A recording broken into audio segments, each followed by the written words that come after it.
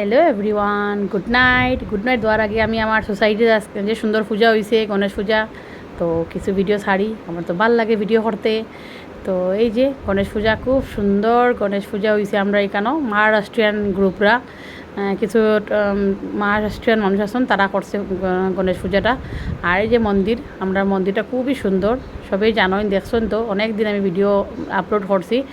তো এখানে খুব সুন্দর করে পুজো হয়েছে। আমি বিকালে গেছিলাম, তো খুব ভালো লাগছে, মন্ত্র পাঠ হয়েছে। তো এটাই আমি একটা কথা কই, ফেসবুকও কাজ করতে গেলে জানি বহুত কষ্ট, যেটা ট্যালেন্ট আমার মধ্যে নাই আমি জানি। এটা বহুত স্পিডে কথা হইতে লাগে, বহুত কিছু হইতে লাগে, বহুত কিছু ভিডিও ছাড়তে লাগে, যেটা যেটা অত বেশি আমার টাইম নেই। হলো আমি একটা জিনিস খুব খুশি যে যারা আমার কিছু কিছু ফ্রেন্ডরা আছে, তারা আমার ভিডিও দেখে very nice, very good, lovely হয়। এটার লেগে আমি খুব খুশি যে আজকে আমি যদি হরিময় যাই, আমার দেশও যাই, যদি দু তিনটা মানুষের ফাইমু রাস্তাঘাটে, তারা আমার চিনে জানে, তারা আমার লগে নিশ্চয়ই আমার কথা হবো, একটু সময় লেগে হবো, এই যে আমি তাপসীরে চিনি।